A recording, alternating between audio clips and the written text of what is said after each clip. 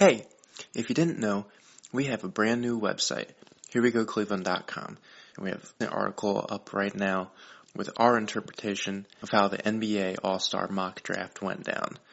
Also, don't forget our mailbag is still up and running. It'll always be up and running, but currently you can get a free t-shirt if you send an email us a question at mailbag@herewegocleveland.com.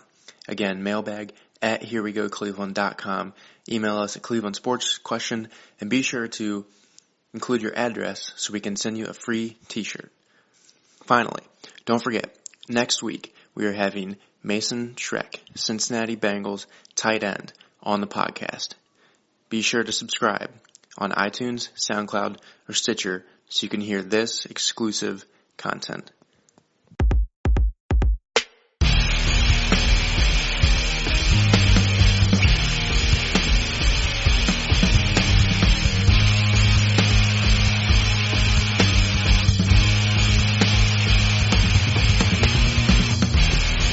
Welcome to the post-conference championship pre-Super Bowl Part 1 edition of the Here We Go Cleveland podcast.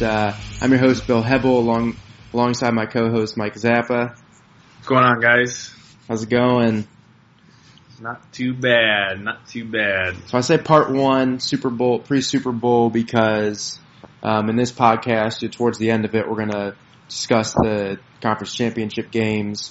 And then next week's pod will be more of a Super Bowl preview discussion as we get closer. You know, our minds are really thinking about who's going to win the Pro Bowl, who's going to win the Senior Bowl, stuff like that this week. So, but to start things off here, I said welcome to Here We Go Cleveland, but I think I meant to say welcome to Here We Go Strugglesville. Yeah, honestly. There's been a lot this week with just how poorly the Cavs have been playing. I don't know, it seemed to really come under a magnifying glass and a microscope this week, whichever scientific instrument you want to use. But it's blowing up. So what's your take on it, Michael? Well, let me just say, the last couple of years, this time of year, you know, it's kind of like not the dog days of summer, obviously, but the dog days of winter, because the holidays pass and you have January and February and most of March, if not all of March, before you see any signs of spring in baseball. But the last couple of years, the Cavs have filled that void for me. Because, you know, like during the week and stuff, they've been so exciting to watch play that, and they've been doing pretty well the last couple of years. And they've had their downswings in January as they typically do, but I don't think it's been this bad the last couple of years. And so as per usual, I turned my attention after the Brown season was over and the holidays passed, turned my attention a little bit more to the Cavs, and it's I think it goes without saying that it's been a little tough to watch. So, you know, the last couple of games that I've tuned into between San Antonio and Oklahoma City on this past Saturday, man, it's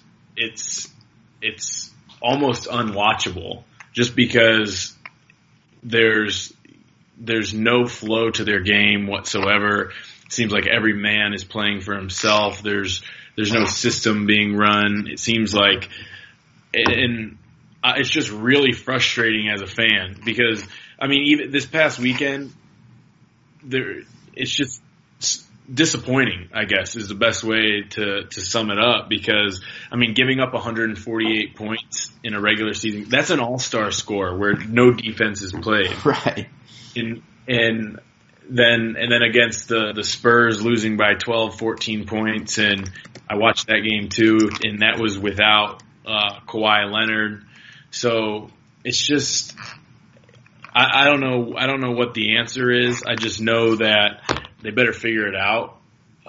This team is not nearly as, I mean, it was so easy to get, we've talked about it before, it was so easy to get behind them in years past because the nucleus of the team blended so well. No matter what was happening behind the scenes, I mean, you had like guys like Richard Jefferson and Channing Frye, and a couple of years ago we had Delly and Mozgov, and everyone, and Kyrie. Everyone was just blending so well, and I hope that I'm wrong, but I think the sad truth is the best days of Cavs basketball for the foreseeable future are behind us. Easily. It's a hard truth to come to, but because I enjoyed that so much. And I remember saying it last year, like when people were talking about, oh, what if they don't win? Is LeBron going to leave next year? I was like, you know what? I just want to enjoy this season. Like after we won the championship, I just want to enjoy these years while we have LeBron and we're competing. We have Kyrie. I want to enjoy them for what they are. And now it's like a smack in the face because those days could be over. And I don't want to be too pessimistic about it. It's just like, man, it is tough to watch. It's very tough to watch. And I'm not sure if, first off, I want to say that I have a couple theories too that I want to touch on, but all right, let me go through my thoughts here. So, like you said, this is the doldrums of Cavs basketball. And so they had their team meeting. I don't even know if you would call it a meeting. I guess it was just a blame session for everyone to point fingers at Kevin Love. And you look at that and you say, okay, they've had that meeting, like they're going to like regroup and they're going to come out and kick San Antonio's ass. And there was no change between the effort that they looked like they put in against Oklahoma City, which was none, and the effort that they looked. I mean, you can just tell that like no one really wants to be here right now. I can't even tell if the Cavs want to fast forward to April right now. I just think that no one really wants to be a part of the grind anymore. And I don't know if that's part LeBron, that he's getting older into his season, so he's getting more and more frustrated because he should be winding down and able to take a more backseat role so he can rest up and be ready for the postseason. But he's not able to do that. And last year was a big concern because he played so many minutes when he really shouldn't have. And I think he was gassed at the end of the finals last year. And this year, I mean, he's averaging less minutes than he was last year, but he's still up in like the 36, close to 37 minutes a game range. And that's just, you look at the people around LeBron's age, no one's playing that many minutes. And I just don't know if Kevin Love's not the only problem. I mean, there's so many people that Kevin Love's having the best year of his. Well, look earlier in the season when Kevin Love was playing center, and they went on their 15 or 16 game win streak. I mean, he was averaging like 22 and 13 and like 4 assists or something like that during that stretch, and it was just really getting all over the place. And anyone who wants to try to pin their struggles on Kevin Love is lazy, in my opinion, because it doesn't take a rocket scientist to figure out that Kevin Love, first of all, he's playing a position that he hasn't played the majority of his career. I think considering his build compared to most standard centers, he provides a matchup advantage for him because he can go out to the 3-point line. He has a pretty good inside game, mid-range shot, all that stuff. But like, it doesn't take an NBA expert to tell you that I don't think Kevin Love is the issue here. And I'll get into my theories. A couple theories. Okay. So I want to do this. Let's do your theories first, and then we'll look at some potential options that the Cavs have to maybe alleviate what's going on. So, okay, hit me with your first theory. First theory, I have 3. First theory is the shortest, and it's just the Kyrie factor because Kyrie. I thought you were going to say Isaiah Thomas because he is very short. No, No, it's the fact that, you could kind of see a passing of the guard happening, like as every season the Cavs, LeBron and Kyrie played together. And I think LeBron always had that. He really, despite all the drama, I think he really believed that Kyrie had great potential in the league. So he always had that peace of mind behind him that if he was off one night or if things weren't Kyrie had the ability to take over a game. I think that's gone. He is not comfortable with anyone else on the team assuming that role. Like right. Kevin Love is a great, but he can't really create his own shot, right? Not like Kyrie could. So that's theory number one, is that there's no one that LeBron has that trust with on the team that he can kind of defer to. Number two is the fact that I think it's the LeBron effect. And that's when you bring players in, they don't play necessarily up to their historic level, whatever they had done in the past, because I think they naturally just feel like LeBron will make up for any shortcomings. Yeah. And I think you can see that with Jay Crowder. I think you can see that. I think it's a little early to make like a judgment on Isaiah Thomas right now, right. Even though he's been pretty terrible. He's been kind of a liability on the court, but I think that's another example. We don't have a system that is conducive to Isaiah Thomas's play style. And so I think you see that drop off. Jay Crowder, when he was the player I was the most excited about, more than Isaiah, because I thought he was that perfect defensive, 12 to 14 points a game, lockdown defender, and like a little bit of grit that we didn't have before. Mm-hmm. Clearly not the case. I just see someone who is just here because it's just another place to play type thing. So that's the LeBron factor. People not playing up to their standard because he will make up. And a lot of times he's able to.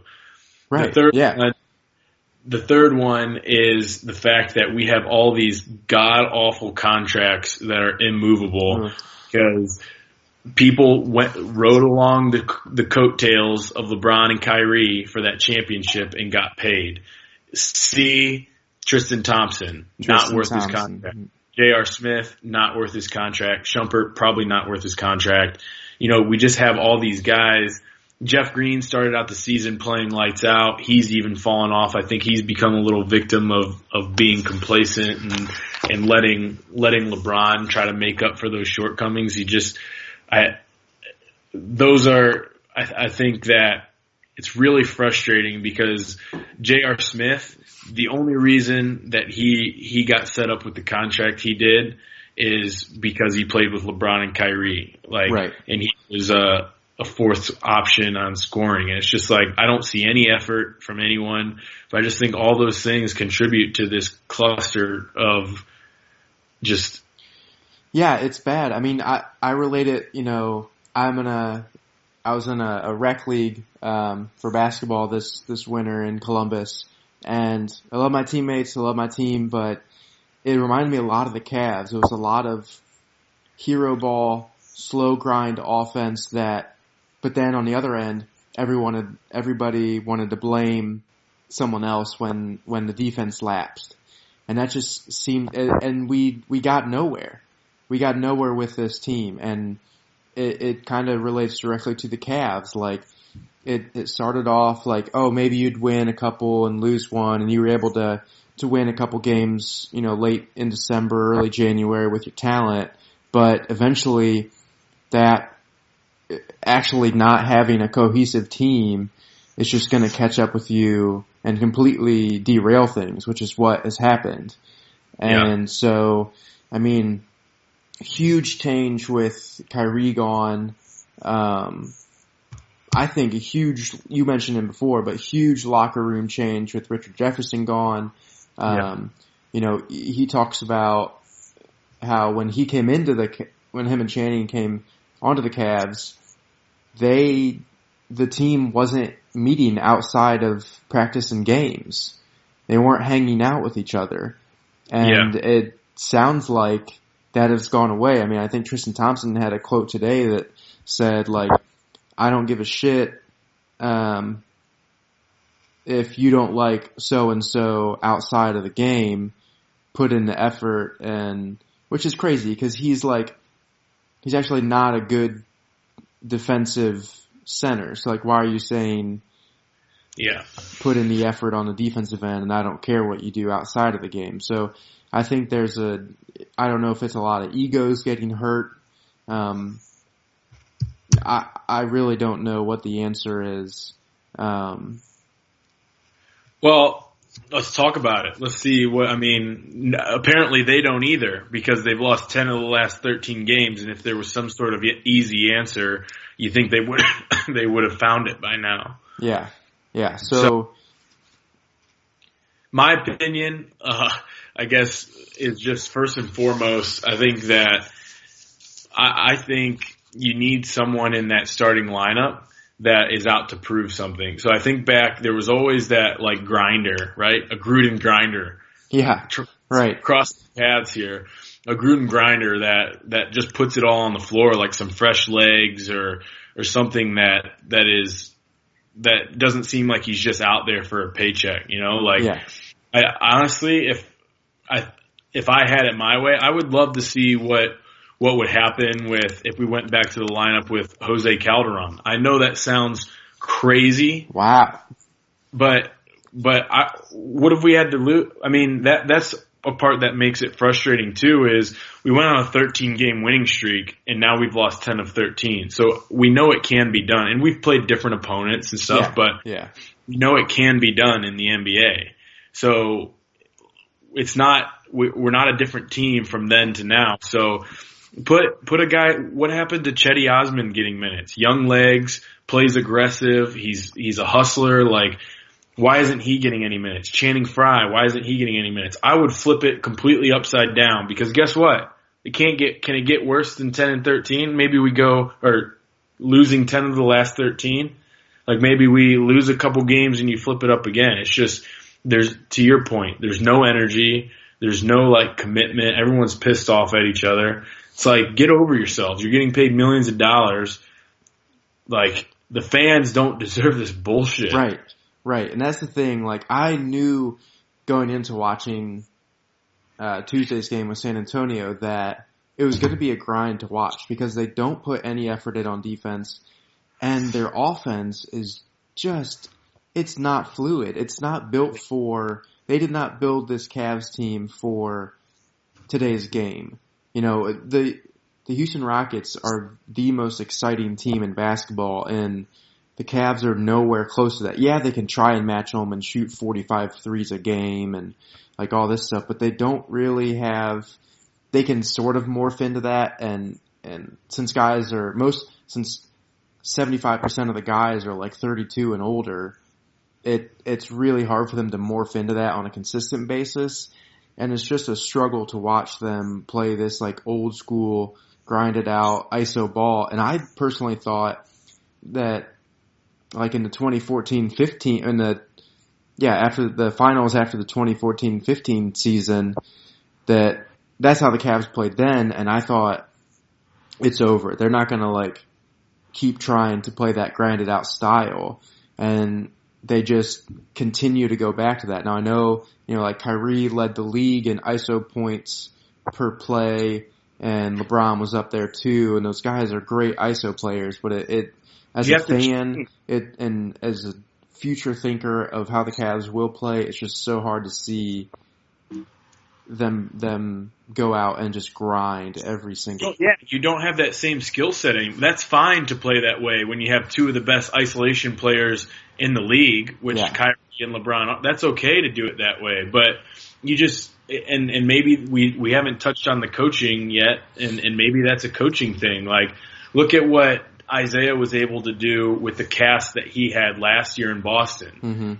Mm-hmm. Now, you can't tell me that any of those guys that he had last year are that talent level. They were able to win 60-some games with a fraction of the talent that the Cavs had on their team, because their coach maximized what they did best, right? Yeah.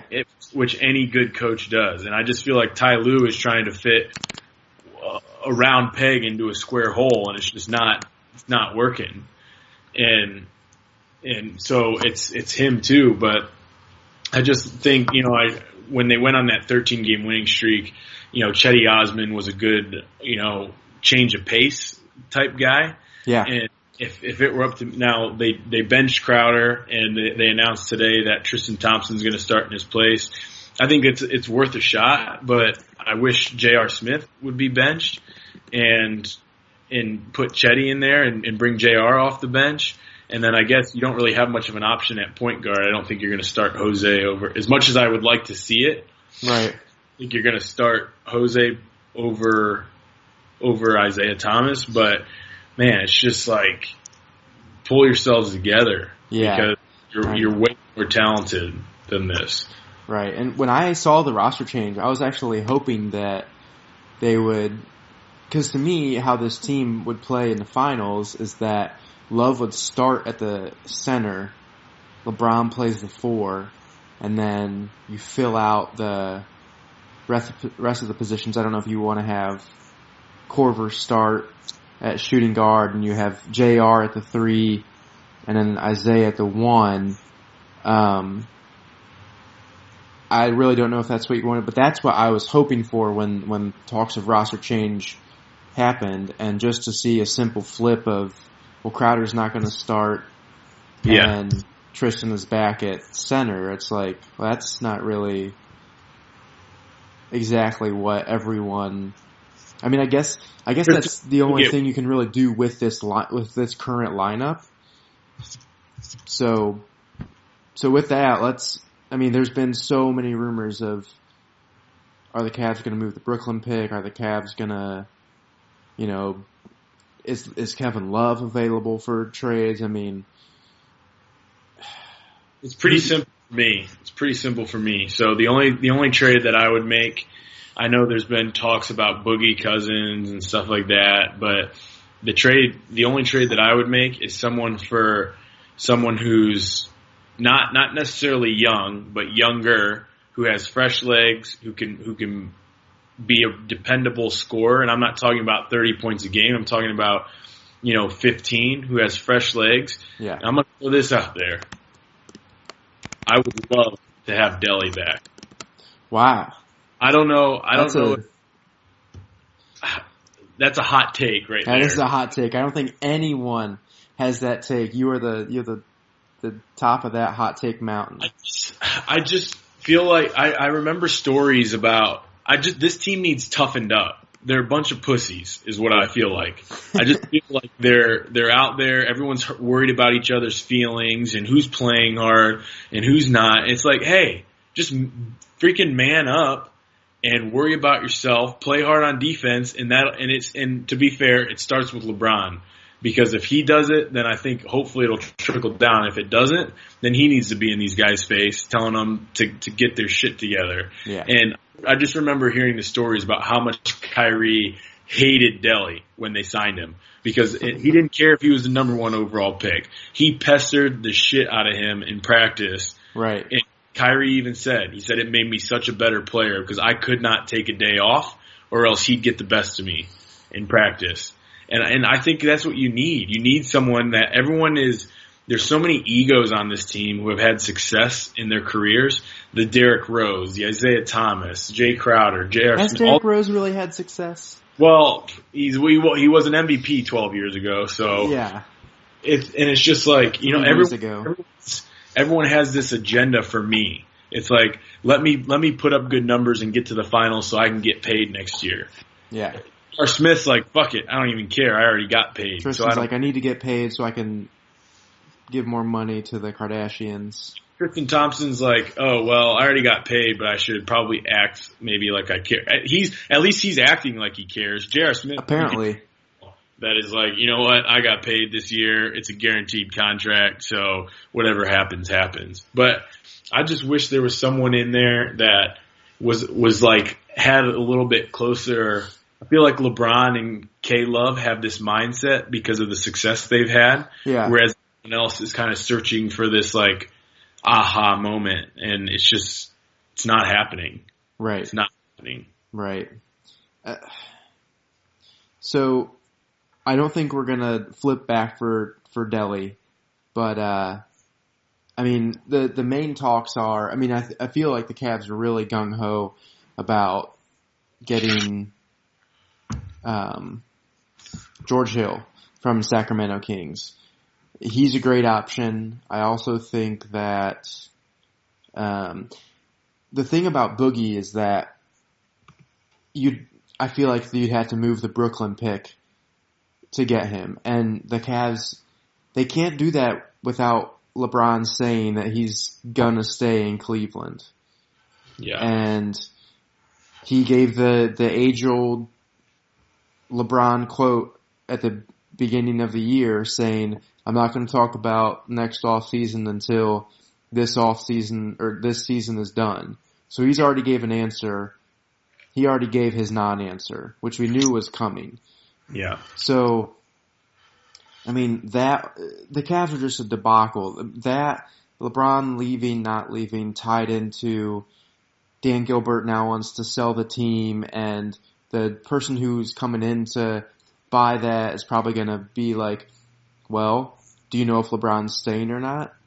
Yeah. And if Dan Gilbert can't give him a great answer, then why would they want to buy that team if LeBron's going to be gone and they're going to be a lottery team in the next year? Do you know how Dan Gilbert bought the team for? I don't know how much he bought it for. $375 million. Oh my gosh! So he's making the Rockets quadruple his money. He's at least going to make $1 billion off the sale because the Rockets sold for $2.2 billion. Now, given Houston is not Cleveland or Cleveland is not Houston, so even if you knock $1 billion off of that, Dan Gilbert still stand. Even without LeBron, I think Cleveland is still probably $1 billion NBA team. Right. I think any like professional team is now. Yeah, but I would honestly, like I said, I'm coming to terms with the fact that the best days of the Cavaliers are behind us. If you could show me a quality player or a couple of players that we could make a trade work where we get rid of some of this weight, this dead weight that I think we're carrying right now, I would part with that Brooklyn pick in a heartbeat. If you showed me, I'm just throwing this out there, but one of these young teams like on the Sixers are. They may not even make the playoffs, so maybe they're still in mode where they want to accumulate high draft picks. If the Sixers are looking to move someone, I think the Clippers, they're in a situation to dump a lot of salary so they can clear up space for next summer. Yeah, or even like a guy like Jabari Parker. I don't know if you could get a guy like Jabari Parker who, if LeBron felt he was recovered, and I don't know. I just part that pick, but I don't want to do it for a guy like Boogie because I don't think, even if we got Boogie, I just don't see how he makes our team. He's just another ego. Right, and he's still like he still puts in half the effort on defense. I mean, he's a guy that will fight for his teammates and go all out, but half the time on defense, he's not really putting in the same effort Cavs players put in. Right.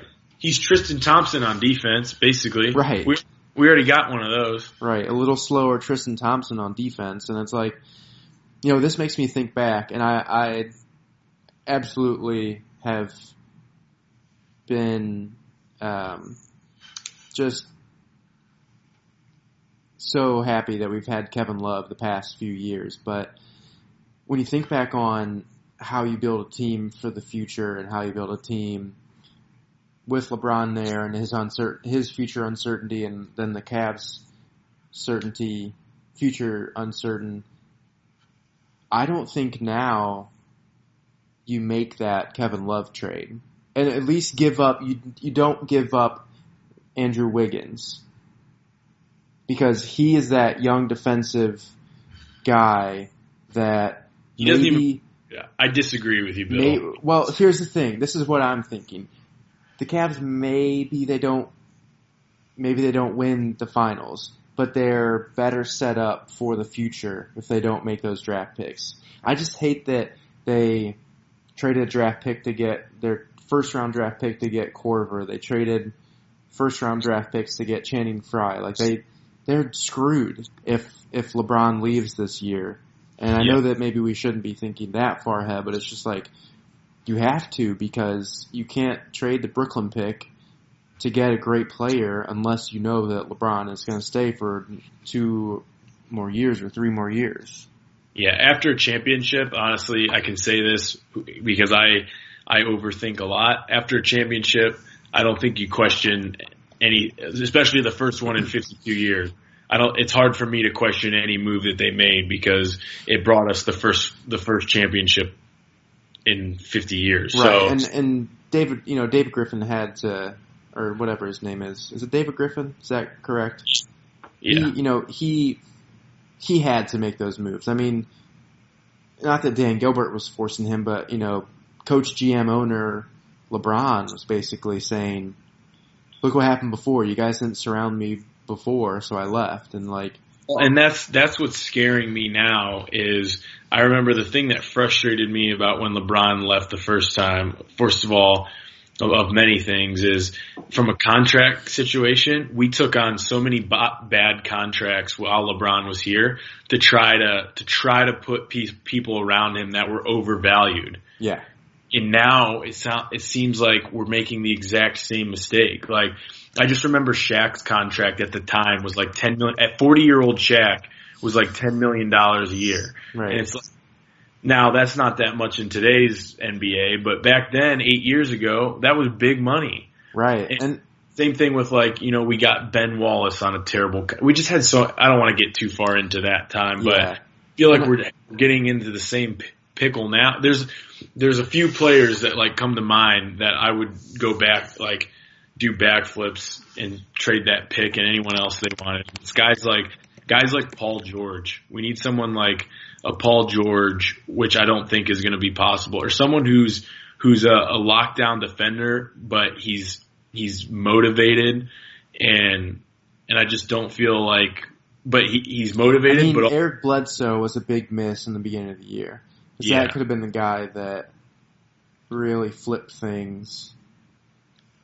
It's a shame that we weren't able to pull that off, because he was a young guy that I think he's on LeBron's agency or under his management. Apparently that was the trade that never was, right? So it was Kyrie and Kevin Love for Paul George and Eric Bledsoe in a 3-team trade. Could you imagine imagine how different this team would be? We're a starting 3. Oh my gosh. Yeah. But I guess hindsight's 20/20. Yeah, and looking back at some of these bad salaries that the Cavs had, part of that was because NBA teams, the salary cap was increasing $8 to $10 million each year. Yeah. And that stopped. I think last year it actually decreased last year, because teams thought, with a new TV contract and with all this money that the NBA is making, because it's now a year-round sport, the salary cap's going to keep increasing $8 to $10 to $12 million each year. And so teams were thinking I can look at Jeff Teague for the Hornets. He signed a deal making $25 million a year, and they made that deal when they thought that the cap was going to continually be increasing, and it's not anymore. Yeah. And so, some of the deals that the Cavs made were made during that period where everyone, literally everyone in the NBA was thinking that the cap was just going to continuously expand like it was. Is there any players that you think are achievable out there that you think can kind of change how this season is going? That could be like a bolt of energy? I mean, I really don't know. I don't know if it's a player. I don't think George Hill is the answer, I'll tell you that. No, I don't think so either. And I don't know if it's a player off of the Cavs that can really make a huge difference. I don't know if this turns into LeBron takes a 3-week vacation in Miami. LeBron and D Wade go 3 weeks in Miami and come back fully recharged for the postseason, I feel like something like that is kind of coming down the pipeline. LeBron takes a week and a half off, 2 weeks, and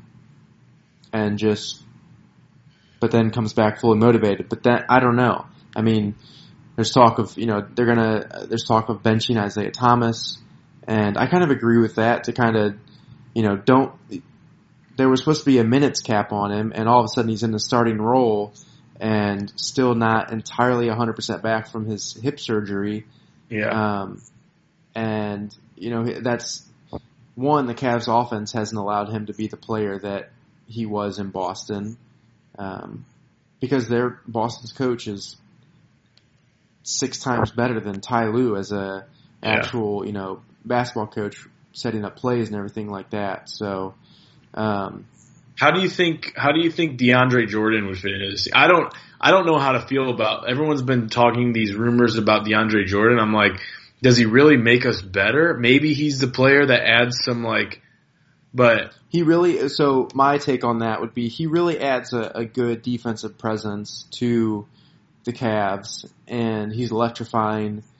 But when you get in the postseason and you get towards those later rounds of the playoffs, his free throw shooting and his lack of an outside scoring game it's not worth it anymore to, I don't know who they'd had to give up, probably Tristan and another pick, and the Cavs second round pick for him, and I don't even know if those salaries meet up, but I don't think come the postseason, I mean, I would not, as a Cavs fan, I don't want to watch DeAndre Jordan shoot. He wouldn't be able to play in the last 3 minutes of every finals game or Eastern Conference Championship game because of his free throw ability. So I don't think I don't know who the answer is. I mean, I've seen tons of articles written at George Hill, Boogie Cousins, and DeAndre are the big names that come up, but I don't know if those fix anyone or if teams really want any of the Cavs players. I mean, how are you trying to trade people that have shown nothing this year, really? Well, the NBA is always weird because there's so many exceptions, and people want to randomly take on salaries, which is weird. So it's not, I don't think it's not that the NFL is cut and dry, but I think it's more complex in the NBA because there's all these mid-level exceptions and different stuff. And right. But we'll see. I don't want to spend all of our time on the Cavs because they don't deserve it. No. As football season comes to a close, I think we'll be transitioning into some obviously more Cavs, and then as in the coming weeks, also baseball and spring training and that as well. So yeah. So perfect segue. Let's talk a little bit of Indians baseball, a little bit of in the past Indians baseball. My man, I was going to prepare a love letter for Jim Thome, but it would just be, I think I would get too emotional if I had to read it on the pod. So I just want to, Jim Thome, congratulations on the Hall of Fame. Easily my favorite player growing up, watching and listening to the Indians games in the 90s. Just a class act of a guy, straight out of Peoria, Illinois. And he's currently in the White Sox organization, so stinks that we couldn't get him in the Indians organization, but his heart is in Illinois. Do you have any words on the Terminator? I've been trying to figure out why he has such a connection with guys our age. We're 25, 26 years old, and a lot of my friends, you included, are just had such a connection to Jim Thome. I don't know if it was because when we were starting to really understand the game was at his peak, when he was just in his prime, and just like you said, he's a stand-up guy, just class act. He was so good for the Indians organization. I mean, a big congrats to him, but it's just crazy because you rarely hear about a player that people cheer for teams, right? Yeah. A lot of times, we cheer for Cleveland teams, but it takes a really special player to cheer for the player. And I think the majority of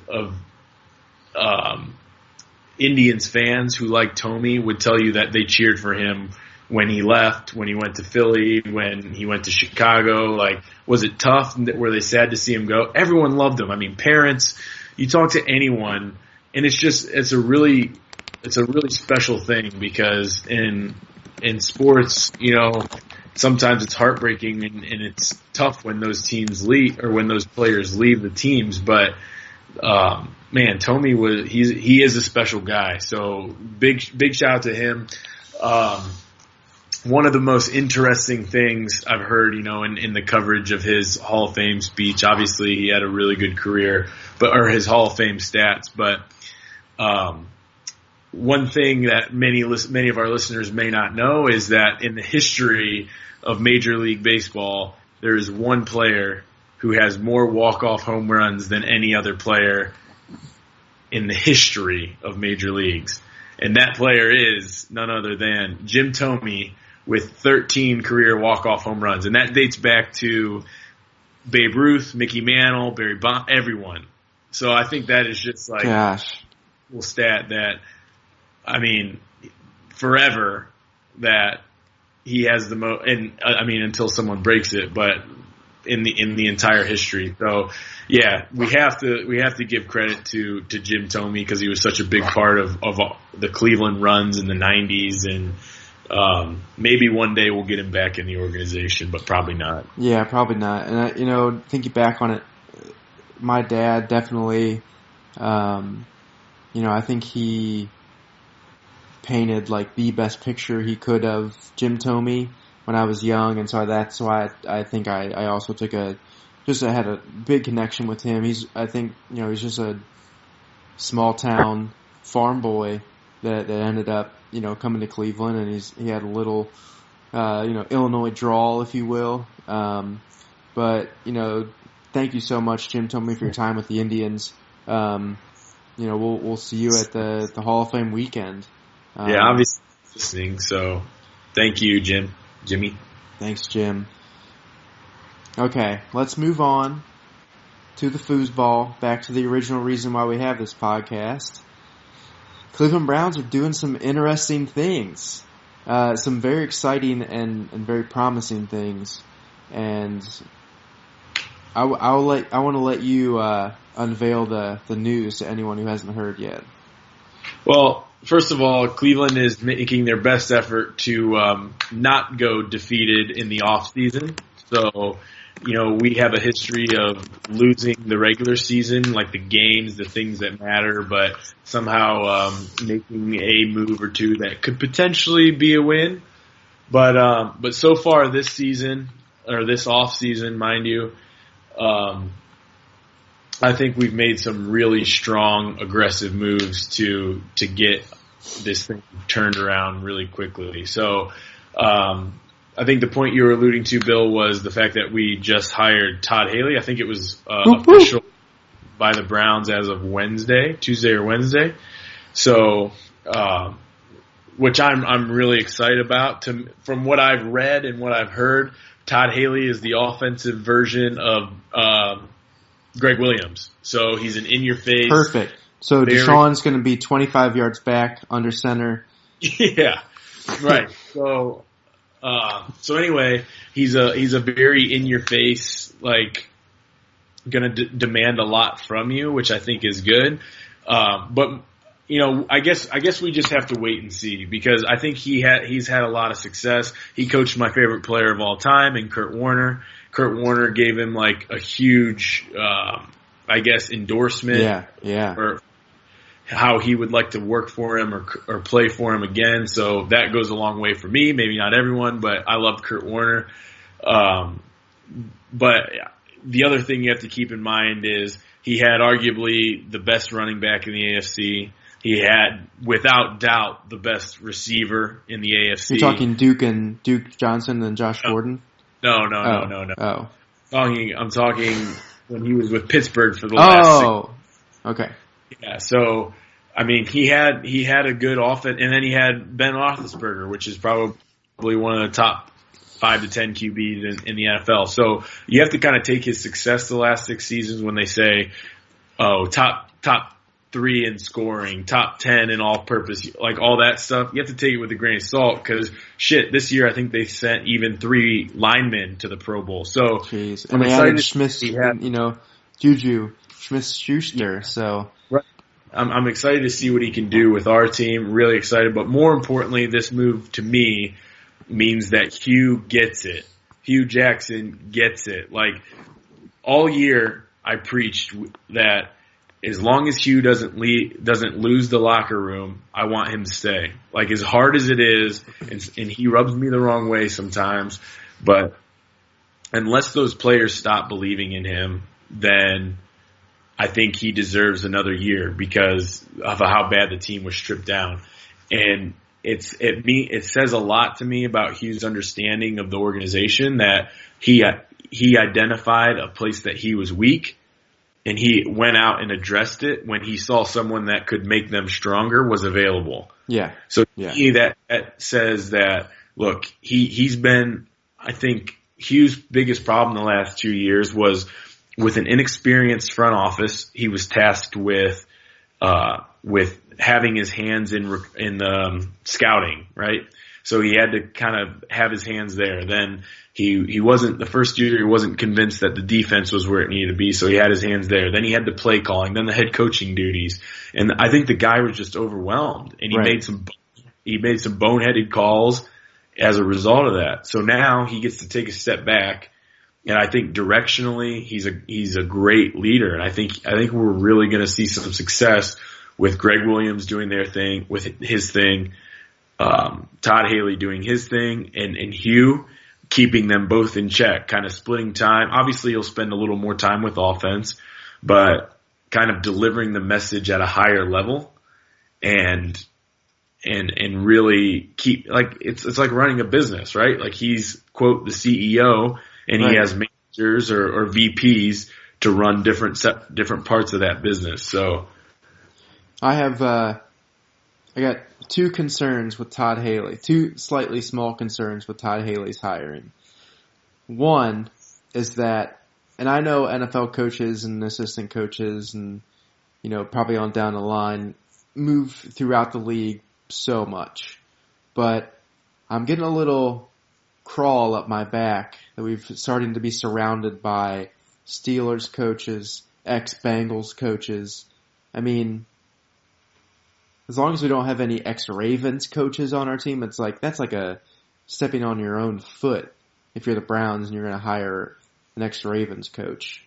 But I'm just putting it out there. I'm a little scared that Hugh is just surrounding Cleveland with all these other AFC North ex-saboteurs of the Cleveland Browns. Second small concern is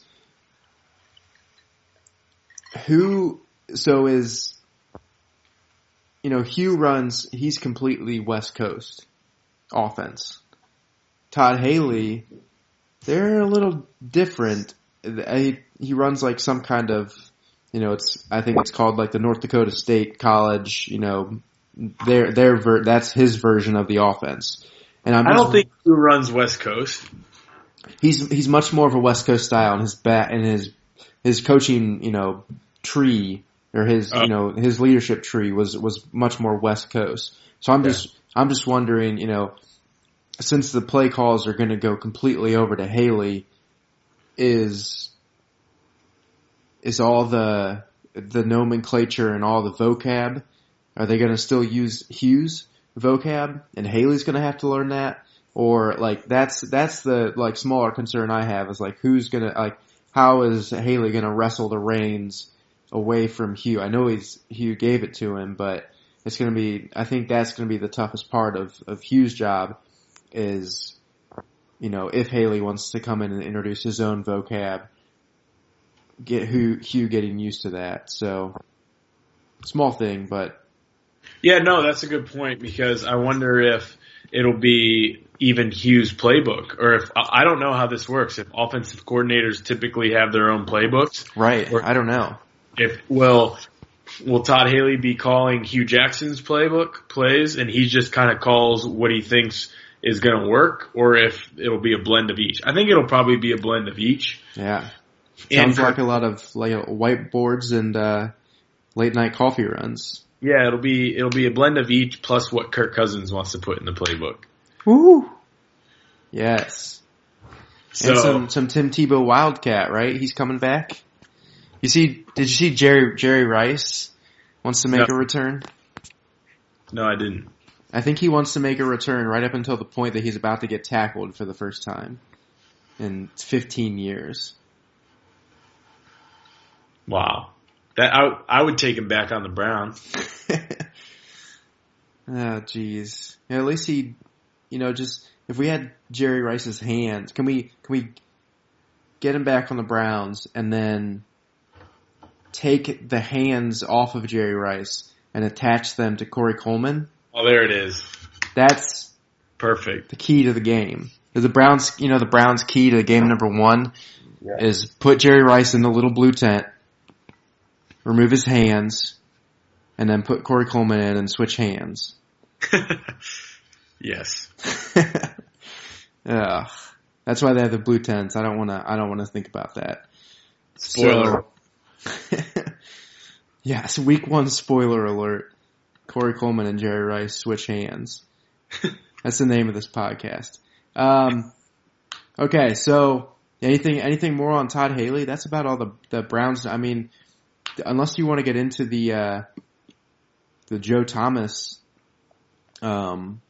throttling that was given to him by Rizzo. Well, first of all, I don't know what the biggest amount of disrespect I can give to someone is, but I would like to extend that to Tony Rizzo. Because like shitting on their front and back porch. It represented everything that I dislike about anyone that I have ever disliked. To say that for those of you who don't know, do you have the tweet handy? Not handy, but give me 2 seconds. Anyway, I'll just prep them. For those of you who don't know, Joe Thomas has had quite the media tour the last few weeks since the offseason began, and even since his injury. So the man played 10,800 or whatever, 600 straight snaps. So he was pretty locked in for an extended period of his career. But since then, he's been a little more open on Twitter. He started a podcast with former Browns wide receiver Andrew Hawkins called Tomahawk. Shout out Tomahawk. Would love to be guests on your show if you'd like to have us. The invitation also is extended to yourselves to come on to ours. But anyway, started a podcast, and he's done kind of a tour at ESPN headquarters where he's been on, First Take and a few different shows. So he's getting very involved in the media and potentially looking at a life after his playing career is over.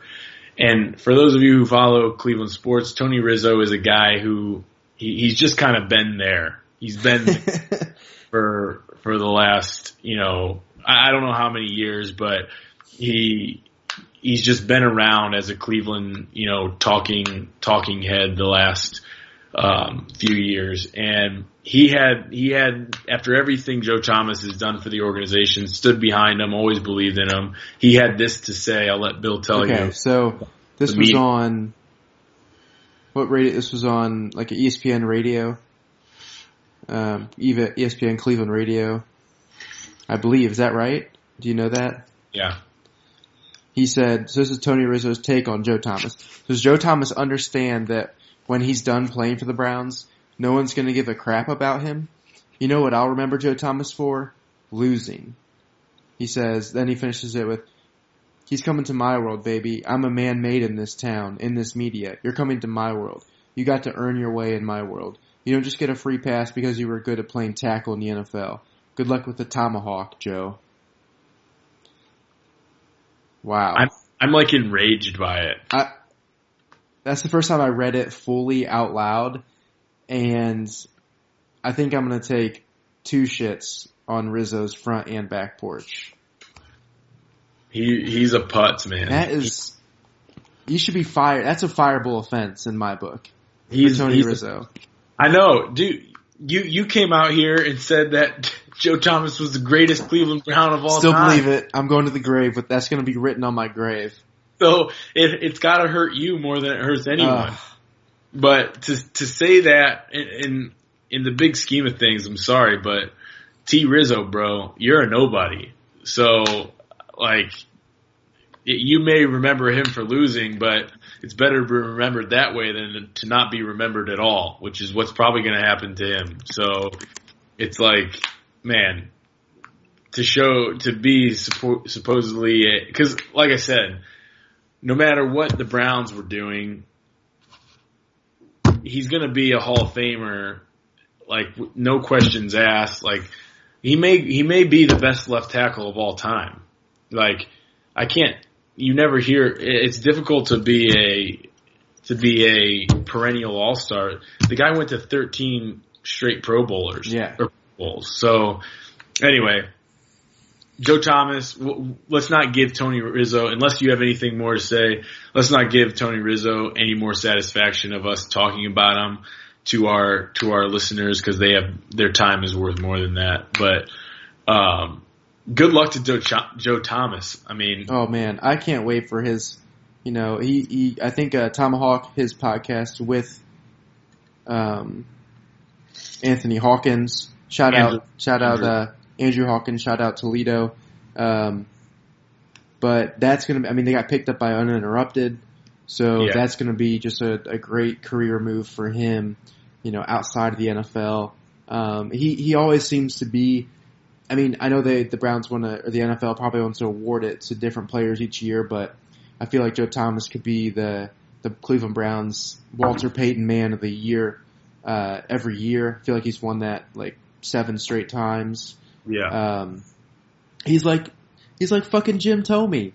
He's like, how can you be mean to Joe Thomas or Jim Thome if you're a true Cleveland fan? Like, yeah, we rib Kaiser, we rib maybe when we say like, you know, Thomas had a bad game or whatever, but like to go and that's just in the moment. That's what competitive sports are kind of for, to like challenge Joe Thomas, but you don't go attack him personally, because I mean, this is all coming, it seems to me, to be coming out of jealousy. If he's talking about you don't come into the media just because you're an NFL guy, it's like, I think you're jealous that Joe Thomas is already popular than you, and he's done like 4 podcasts. Yeah. No, I think you're exactly right. Because people appreciate his point of view more because he has like the credibility to back it up, right? Like his point of view is something that you and I don't get exposed to on a day-to-day basis, listening to guys like, I mean, I don't listen to Rizzo, but listening to the guys that I listen to, like on shout out 92.3 The Fan, the Dustin Fox, the Anthony Lyon, those guys, like Tony Grossi, the reporters that are here in Cleveland, like you don't get that insight, and Joe Thomas is giving you that insight. And I think we've talked about it before, but that's the direction that sports media is going. Oh, like we don't want someone who's never been there to sit up here and tell us about what they think, because we get the reports faster than they do on Twitter, on Bleacher Report, on Facebook, whatever it is. Like the information is at our fingertips. Yeah, we're not waiting around for the 9:00 ESPN show to happen or the right. The sad part is, like, I think people will start to care less and less about radio guys' opinions, right? Like, unless they have some sort of unique insight, like, it's just an opinion. That's all it is. Yeah. It's no than you and I, right? Right, I mean, exactly. And it's like, to make a broader picture point, it's kind of like, you know, you look at Netflix and Uber, and those are kind of turned into like or use like Google nowadays, where everybody, Netflix happened to cable and Uber happened to the transportation industry, and now everyone wants to be the Netflix of whatever or the Uber of whatever, and it seems like podcasts and these, first-person accounts of professional sports are like the new Netflix and Uber of like media. Right. I agree 100%. And like, yeah. So anyway, good luck to Joe. I think Tony Rizzo needs more good luck with the rest of his career. Yeah. Joe Thomas, you'll be great. In prime Joe Thomas fashion, he just tweeted back at him and said, "Thanks for being a fan," at Tony Rizzo's Perfect. Twitter. I can't wait to buy your Hall of Fame jersey one day, Joe. Yeah, seriously. So, well, with that, I think we're kind of running out of time here, so don't want to keep everyone up too long. Do you want to just talk about next week a little bit?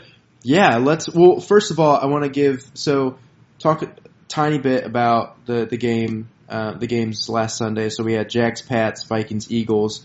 The only thing I want to say about Jags, Pats is and maybe you don't want to participate in this, but I want to do my impersonation of Tony Romo watching a catch review in slow motion.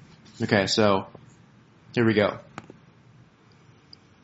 Ooh, oh, oh, oh, ooh, oh. Every single time there's a slow motion replay. Let me tell you, it's so funny that you say that, because I heard all the talk about Tony Romo and his broadcasting career, and I like Tony Romo, but this was the first game that I had watched this past weekend with him as a broadcaster, and I literally wanted to put it on mute. I think I did a couple times, because I don't know I want to like him as a broadcaster so bad. I do, but I guess I don't know, I can't even put my finger on it, what I don't like. But to me, to that point that you just made by making those noises, that was what I was hearing the entire time he was talking throughout the broadcast. Yeah. Well, those weren't noises. That was a direct quote from the Twitter. You were reading it, right? Yeah. Reading, no paraphrase. That was verbatim what his quote was. No, but yeah, I fully understand what you were saying, and man, that's about all there was to say about this weekend's game. I mean, one was a blowout.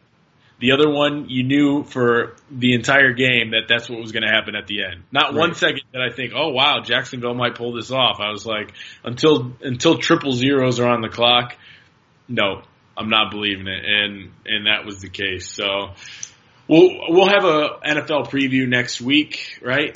Yep, we're gonna do a little Super Bowl preview next week. Are you gonna be wearing your Eagles dog mask?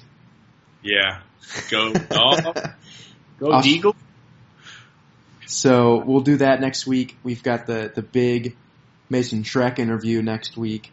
We're very excited about that. So check out the website, herewegocleveland.com. Send us a mailbag question, mailbag@herewegocleveland.com.